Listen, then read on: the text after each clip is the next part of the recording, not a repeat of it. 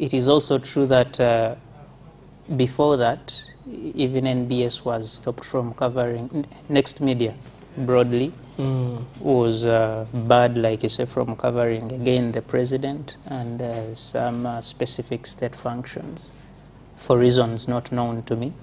Not known, yeah. We thought you had done something bad.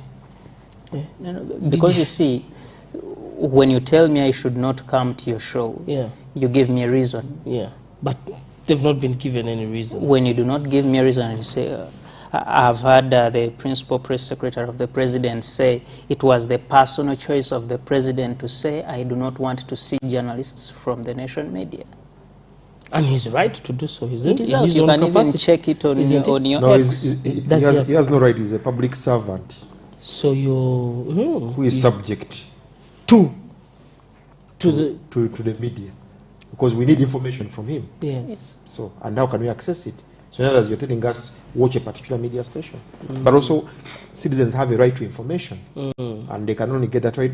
They can only enjoy that right Through. if the media portrays what has been So said. that is wrong Yes. on his part. Yeah. So you get it from there. You are stopped from covering. I know colleagues that have been beaten. I saw colleagues whose legs, fingers were broken. You remember the Kawempe North by-election. I know colleagues who lost their gadgets, very expensive gadgets. I know colleagues who were arrested, detained, abducted because of the information they come to collect from the different areas they go to. And you see, the thing about information, you know, we normally say we're in the information age. Yeah. What does it mean? It means everyone needs the information to influence what action they take next. And the information I pick from Samuel or Charles or Mr. Chagulanyi is what he says, is what he does. So the question will be, why do you say or do things you do not want the people out there to see? Because that is all I do. I don't come and force you to do something so that I cover that specific thing. I cover what you are doing. And I expect that as the head of state, as whoever you are doing what you want the nation to see, what you want the world to see. Do we have journalists that have covered stories wrongly? Yes. Do we have people that have perhaps gone out of their way to do things they're not supposed to do? Yes. But does that mean you break their bones, you beat them up, you destroy their gadgets? No, you don't do that. And you see, after that, you get letters at media stations where they say, we have a government function, please come and cover this function. Because we want the nation to see, we want the country to see that there is parish development model is going on. We want the country to see that, oh, there is a prayer breakfast somewhere. We want the country to know that candidate C is unopposed. The same people you say, don't come near me, are the same people you want to announce that you are so powerful and popular that not even a single person came out of your constituency to campaign against you. So again, it goes back to where I started. Mass mobilization, we want the masses, but we want them to always be on our side. The moment something comes up and they're not on our side, then we come at them, like Charles puts it, using violence against them. And that is what is happening to the media. So you end in a situation where people in the media do not want to speak. They cover stories, but they cannot publish them because they are worried, when I publish, what will happen to me? You are not sure whether you will keep your job. You are not sure whether you will not be picked up wherever you stay. You are not sure whether your family will not be, because we have cases where people's families have been intimidated, picked up, and because you're doing your job. Press freedom. Council talked about press freedom. Yes. In the Constitution. So the situation really, especially in the campaigns, and I do not know why you would be afraid of just a TV station showing that your competitor has maybe 2,000 more persons in the playing ground than you have, because that should inform you to do something more so that those 2,000 come to your side? What will happen when you don't know? You already have your people in those 2,000, so really. How sure are you if you don't have the information? So the point I drive is information is the most important idea in all this. Yes. And why do you want to stop people from getting information? What are you hiding from them? All right. Wow. Thank you for painting that picture. And I quickly will revisit this, but I'd like to move to Council on the Public Order Management Act. And where do we draw the line between maintaining order and suppressing political participation? See, no one wants disruption. No one wants a disorderly state of affairs. So we all want an orderly state of affairs. So the issue is, how do we draw the line to maintain order, to ensure that those who are doing businesses can continue with their businesses if they are not involved or do not want to involve in your politics. So every right except the absolute ones, which fall under Article 44. These other rights, there's an inconvenience they cause. Yes. For anyone to enjoy them, there may be an inconvenience they cause. Now that inconvenience, and the Constitution goes ahead to say that inconvenience, if you're to stop someone from enjoying these rights, then it should be justifiable in a free and democratic society. Now it's a campaign season. It's a political season. Yes, you have a right, an economic right to run your business, and definitely if there is a procession of NRM with its supporters, maybe someone may not branch to your shop. That's the inconvenience you're going to face in the political season. It's not an inconvenience that's going to be there forever. And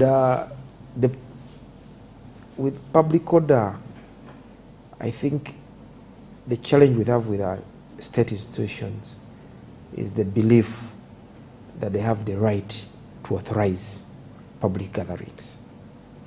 Don't they? Doesn't that Public Order Management Bill give security the right to? The law gives them the right to ascertain whether holding, let's use an example of a rally, whether holding a rally in a particular area is safe. And if it's not safe, what is it supposed to do? To make it safe. That's why to advise. That's why they are paid. We've seen when the president is going to be in Kololo, they block the road with trucks to ensure that Kololo is safe. So if a presidential candidate has notified you, I'm going to be at Katwe playground, your role as police is to go there earlier, ensure that the place is safe for them to hold their rally. Not to say that this is not safe, you're going to cause public disruption, so you won't have your rally here. That is not that's not the role under the law, and that's not what the law intended. And why the law expects anyone going to have a public gathering to notify the police, and they never say notify UPDF. You're supposed to notify and not seek for permission. Yes. There's a difference. Yes, there. and that's why it doesn't say UPDF. It says police. For purposes of management of the crowd. Now, when you notify them, and it even says, also give us an estimate of the numbers you expect to have at that gathering. Also, show us proof that you have permission to be at that particular area. We're assuming it's a private property. So you must have consent from the owner of the property you want to be there. So the reason why you're supposed to notify police in advance is for them to prepare, to give you security, to protect the area, but not for them to disrupt the area. What we see police doing and the UPDF is once you give them notice, you're telling them come and block me from accessing this area. That is how that is interpreted. That is their interpretation. They even have the energy and guts to pen down something. I do not know whether they realize that anything in written form is never forgotten. 20, 50, 100 years, people will still see this information. That the director of operations in police will pen down and say, no, we shall not allow you to be in this place because we believe you will cause more chaos in the area. No. If you anticipate people to cause chaos, police, with your intelligence, we've seen the president saying we have enough intelligence. He recently abducted Kenyans for 39 days. Use that intelligence to ensure that that place is safe. So the Public Order Management Act has been abused by police. I know there was a constitutional ruling which is on appeal now. Yes. And then I know there was another constitutional ruling, I think yesterday or the other day, where courts seem to have shied away now. But the one on appeal is the AG who was appealed, like he appealed in the Kawaziluka case, and I think he has also appealed in another case. Yes. So we have situations where the constitutionality of a law is challenged in the Constitutional Court, and the Constitutional Court agrees with the petitioners. Yes. And we have an Attorney General who says, no, I think the Constitutional Court is wrong. Actually, so he takes it. Yes, actually, the other law that is in the court is the Human Rights Enforcement Act. The first time we are seeing the AG coming out as a petitioner, challenging a law passed by Parliament. And it's an interesting state of affairs as we in this situation. Wow, thank you very much, Counsel, for that. I'd like to get to Charles. And as an analyst, when you look at narratives and political strategy, media, the pictures, the videos, how does that play into the narrative of a candidate? As the analyst, as you see things progress during this election period? So the one who is organizing an uprising against the Museveni state adopt the strategy of exposure. Exposing the other opposite, yes. The purpose of exposure is to deny legitimacy. Part of the four things that you mentioned before. Yes. Legitimacy. So if you say I'm a Democrat, they will want to demolish that. If you say we brought peace, they will proliferate information to show you never brought peace. If you say we respect human rights, they will proliferate information to show, because they are at that level, and the objective is to deny Museveni the moral high ground. Because he did the same to Obote. But this time he was using DP and Mnansi.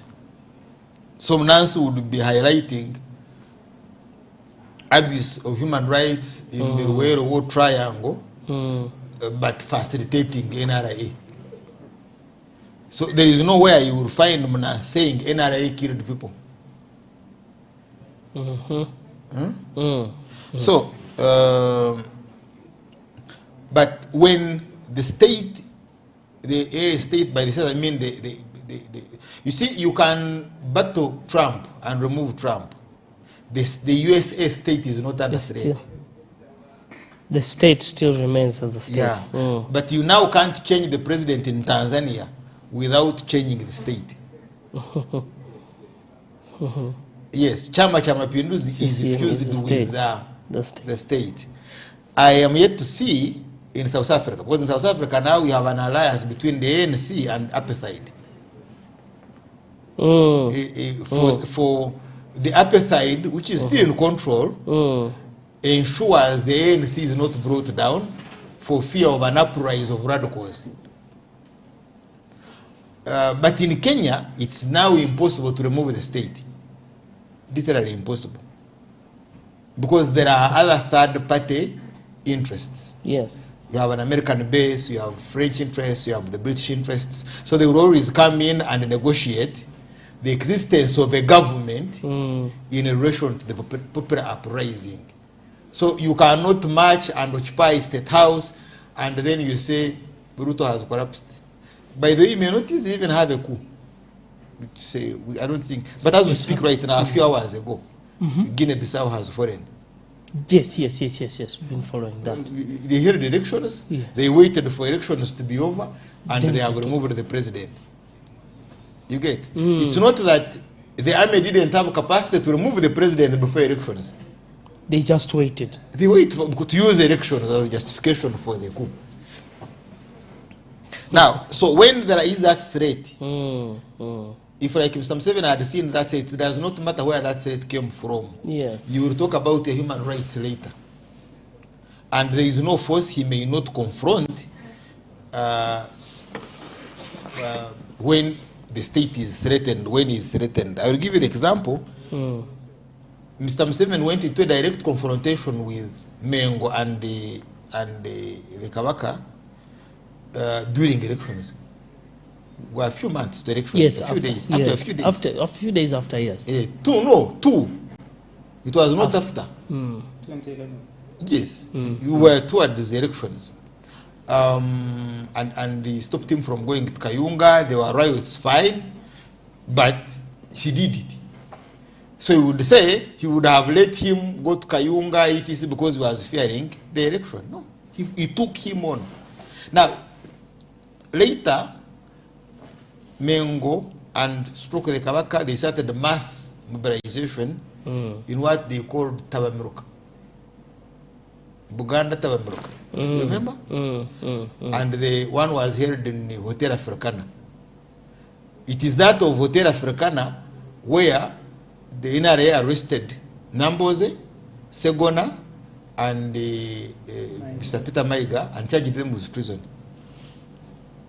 So you really see, you see the confrontation because they were looking at Tabamiruka. I don't know what they were seeing in Tabamiruka. But even before then, for the first time in Museveni's history, maybe it could even be in his life, there was a confrontation between the population, the organized population, and Mr. Museveni in Rubiri when the Kabaka was celebrating 20 years coronation.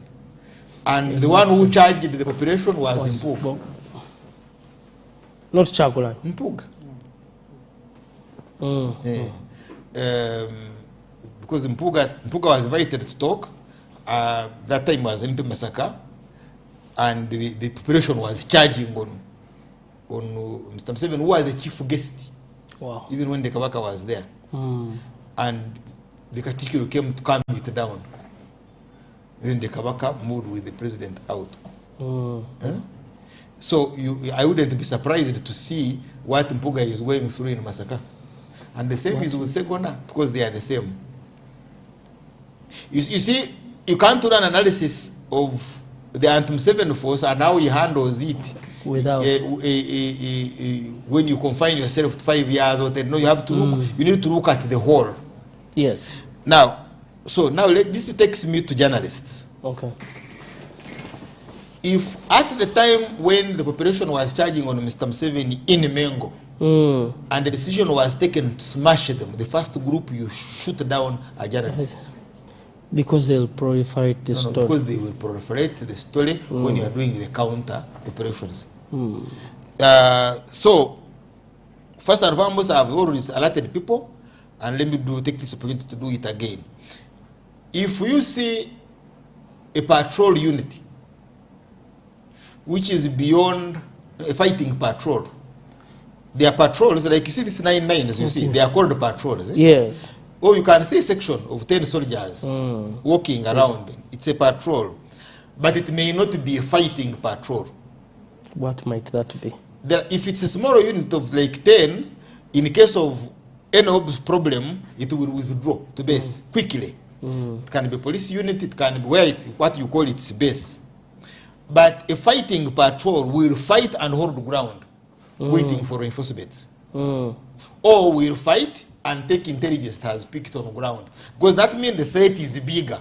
By the time you see a fighting patrol, then the threat is bigger. It will not move away, it will stay there. No, it can do both. It can either hold ground or go away. Okay. But by the time it goes, it has taken intelligence. So in other words, the force they are confronting is big, is this size, is this side. Now, the Kawempe one, you see the involvement of armored cars, Mambas. Yes, it was a surprise. Yeah, now Mambas do two things. One, they smash a defense. So if you are in a defense, like the way you see sandbags at CPS, you can enter with the Mamba. Mambas go through those. No, you can, yes, you can come and even fire, because the other one is using sand to protect himself. This one in the Mamba is protected by the armored car, the armor, anti-armor. Now, that's one. The second one is if you have got a critical asset, maybe a commander, maybe intelligence officer, whatever it is, for evacuation. You use the Mambas. Yes, so the Mambas will be there to evacuate critical assets. Okay. The third one is to take soldiers and drop them in hostile ground. So if the whole of this, if there is heavy gunfire at State Square and you want to bring soldiers close to State Square, but you are not sure at one day what is around that place, because there could be ambushes. So you will come with members and drop soldiers. Insertion, it's what we would call like insertion, because we don't have capacity for paratrooping, etc. So you can organ or helicopters. So they will go. You use members to go through. And then the fourth one is evacuation of the injured. Okay. Yes. Now, so when you see a member in Kawempe parking in a polling station, then the threat is, the estimation of the commander, that the threat is so big, should it explode, you should be able to evacuate that critical asset. The ballot papers. The asset, the individual, not the ballot. The most important one is that commission of the electoral commission, yes, because they are critical. Yes. Your duty, you can chase the civilians, but you shouldn't lose this commissioner, polling agent, whatever it is. Those, because you have defined who they are. Yes. Those the ones you want to evacuate. So you put them in the vehicle and then you evacuate them to a safe headquarters, whatever the case may be. It could be signalers, it could be whatever. I don't want to go to the ground. Yes. So there is no way they would have deployed the members into the polling station without estimating the obstacle must have been big. From the intelligence point of view. And when you see a situation escalate to that level, yes, which involves fighting patrols or involved those armored vehicles, yes, then don't attempt to take a picture. Don't show. You have a camera, don't show. Even these gadgets of phones are very, very dangerous, because this soldier in operations now knows there are other ramifications depending on what he does. If you are like a commander, because like if they are able to capture slaughter of people, that could be a then what we call the isolation, human right. War crimes, those things. And Israel has really, you can see how it has really hit Israel so hard. Russia is having issues. By the way, they shouldn't even cover when you are being beaten. That's why you can't get pictures of soldiers. It is easier to show pictures of police officers, but you don't want to show pictures of soldiers. Because you show pictures of policemen to gain moral high ground on those who beat them, as you prepare now to move on the population, on the ones who beat them. But with the soldiers, you risk demoralizing soldiers. Okay. You have two elements. Soldiers can be demoralized, or they can become they can run out of control, out of fear, and kill. Because the soldier is trained to kill, you know not to be killed. So the moment they get to know, I will end with this so that you understand it. Yes. I want to talk about crowd control. If you put one soldier at a shop, or like that petrol station, you say, orders, it should not be burnt, or it should not be looted. Those are the orders. And you only put one soldier. It means he is his own commander. So what are the fire control orders? Because soldiers operate on fire control orders. You only have 6 magazines. So if you are not very careful, you can shoot all the 6 magazines in less than 10 minutes. So what happens to him after he has shot? Because there is no commander to say now 3 rounds, 2 rounds, 1, stop, do this. He's alone, he's a loner. And he does not know the enemy. For him it is the arc of fire. Anybody who comes there is an enemy. And he's not used to wasting a bullet by firing in the air. You get has to. He is not trained to do that. Yes, you get. Except if there is a commander to say now, fire 2 rounds in the air. But even in the air, if it's a raised building, or if there is a helicopter, a plane, what happens? A wire, you can bring down a wire and it goes fire. So, and I saw it during those riots, soldiers totally confused. Charles, if you allow me, which sort of threat is this one we talk about that emerges in Uganda every time we have an election? Because the election we are looking at, people are gathering and something may happen, but it doesn't emerge. There is a counter force against the NRA, whether in interior or outside, that is always waiting for a season. But like the way I've seen in Guinea-Bissau, it's not that this was a coup as a result it happened suddenly. You know, it must have been planned. Now let's look at and I end with this for your information. Like that Panga, that guy who was executed in the Rwenzolis, so who took the video? Certainly the one who took the video when the guy was being executed is not from 7. He's not anti this guy who was executed. He's an ally. To show a particular narrative. Yes. It's not that he was anti this guy who was executed. You get? In other words, he was looking at this guy who was executed as a tool to isolate the state or gain more high ground against Mr. Museveni. Or if he's from within, then the system is weak. That's why now we will do internal audit and you have internal arrests like the way you've seen. But on crowd management, the challenge let me now speak from the point of view of security. Okay. My experience with the security, for purposes of information, real knowledge, because the population here doesn't want you to, more especially these lawyers, they don't want you to hear as if you are defending security. When the population is assembling at the rally, they are not a threat. When the population is assembling. Yes, they are not a threat. Yes. Because they rarely go as a mass. Okay. Save for these Chaguran gangsters, because for them they assemble somewhere and then they move. Chaguran supporters. Me have chosen that. Choose yours. Whether they are supporters or not, I don't know. But I know they are a gang, and I know he built on a gang. It may even actually be a team. I don't know. Charles, we proceed. So normally the crisis is when they are withdrawing. That's why there is a crisis, because among them are elements who will want to spark action and then root. That is where the challenge is. Yes, and this happens to both. Even those who are withdrawing from nominating Mr. Museveni rooted. Didn't you see them? Didn't you see those who rooted putting on yellow t-shirts? So this is a challenge. Therefore, if you are managing these crowds, you ensure that their withdrawal route is not in the urban center where you have business shops. So there are 2 options. The first option is to ensure all shops are closed. You ensure shops are closed, no mobile, no what. All right. Or you ensure this crowd does not withdraw towards the trading center. All right. Or you would disperse it.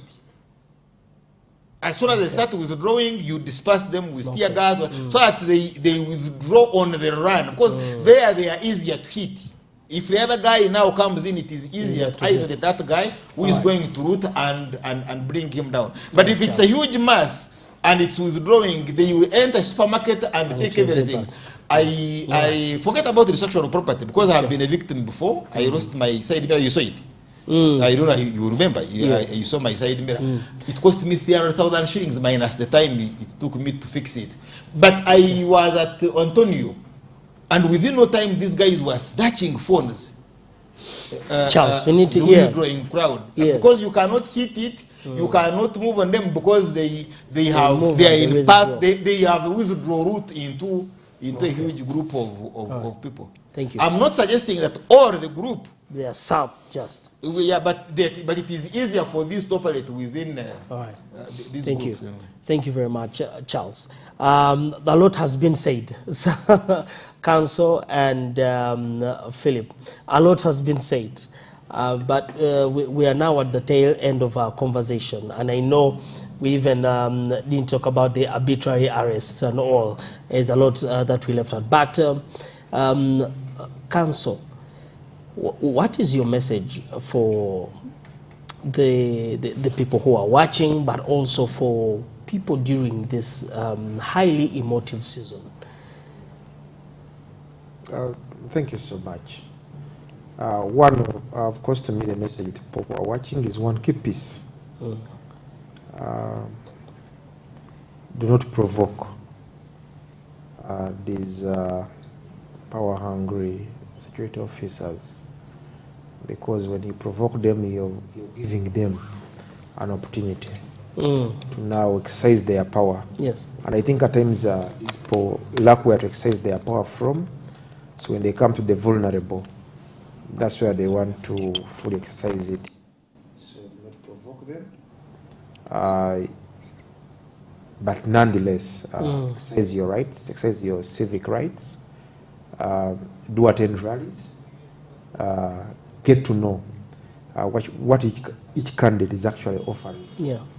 Because we can only make right decisions as a country if we vote the right people. Right.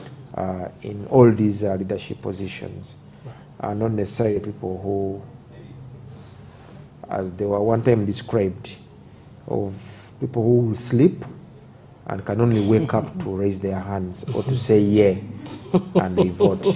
So, and it's a challenge across political divide. Interesting people, those ones.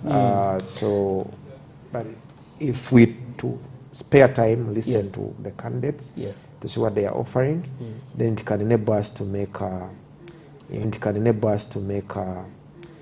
informative decisions. Right.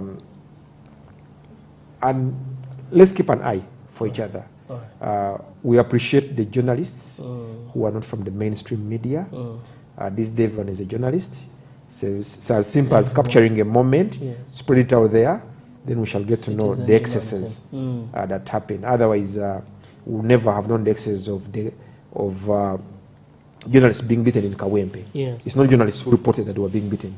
Actually, other people reported security people beating up and roughing up journalists into their drones and being dumped at most of them were dumped at Kawempe police station and later released. So let's keep an eye. Let's expose. Uganda will only be better if we expose these vices. These security officers, expose them, not for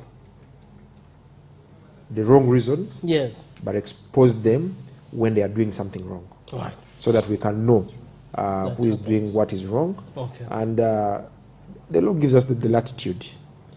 We've had scenarios where we've actually taken on individual officers who have violated other people's rights. Okay. Yeah. Thank you. Thank you. Thank you very much. Mr. Philip, please, Yes. you have the last word on the show. Thank you so much for having us. I Yes. think this is a good conversation. Yeah. And we would like to have part 2 of this conversation. There are Surely several so. other things we still need to Yes, point out, yes. Surely so, and maybe to the people out there, we have a right and duty to participate in these electoral processes. There have been very many. Yes. State demarcation of electoral centers, that's where we started, and now we are campaigning towards the election. And oftentimes we even forget that actually the processes are going on. So Yes. they have to be reminded. And even after the first day of election, 15th January, usually you get to see that the other days of election, people tend to forget and they don't go to for local council follow through, elections, yes. division elections, because they happen later. And so I don't know what strategy the EC has to make sure that is followed up and people are able to participate. You've seen instances where a candidate is declared in a division and it's just 20 people that voted for him. Yes. So I think we have a duty to do this. Let us make sure we do it, but also to the people in the media, we should not give up. We have a duty to build our nation. Yes. We have a duty to make sure people have the information they need to make sure they make the right choices. And I've seen debates from the different media institutions. I've seen people coming out for interviews. This is our duty as people in the media. Yes. And we surely should continue doing that so that the people have the information they need to make the choices that will benefit them as a people as we build this country. Thank you very much, Mr. Philip. Thank you very much, Councillor Wanda. Thank you very much, Charles. Had history, current today, and we relate lots and lots. I think we shall have a part 2 of this. But our verse of the day is coming in from Colossians chapter 3, verse 23. It says, whatever you do, work at it with all your heart as working for the Lord, not for human masters. Thank you, Lord, for today. Thank you for the conversation. We continue to commit this season and this time into your hands. We pray for your wisdom. We pray for your guidance and direction, that the people who need to do that job, Lord, you will protect them, you'll cover them, the journalists, the lawyers, the security teams, Father, that there will be sanity, and we shall have a just process. We pray that even as we get to our different destinations, you protect us and keep us safe, that we shall rest, and we will continue honoring you. In Jesus' name we prayed. Amen. Thank you very much, our viewers. Thank you very much, the technical team that has ensured that we are here, and do stick to Spirit TV for more beautiful programming. God bless you and have a wonderful evening. The truth, the lies, and politics. Informative, educative, and analytical. Getting to the real issues that affect an ordinary individual in areas of leadership, governance, social,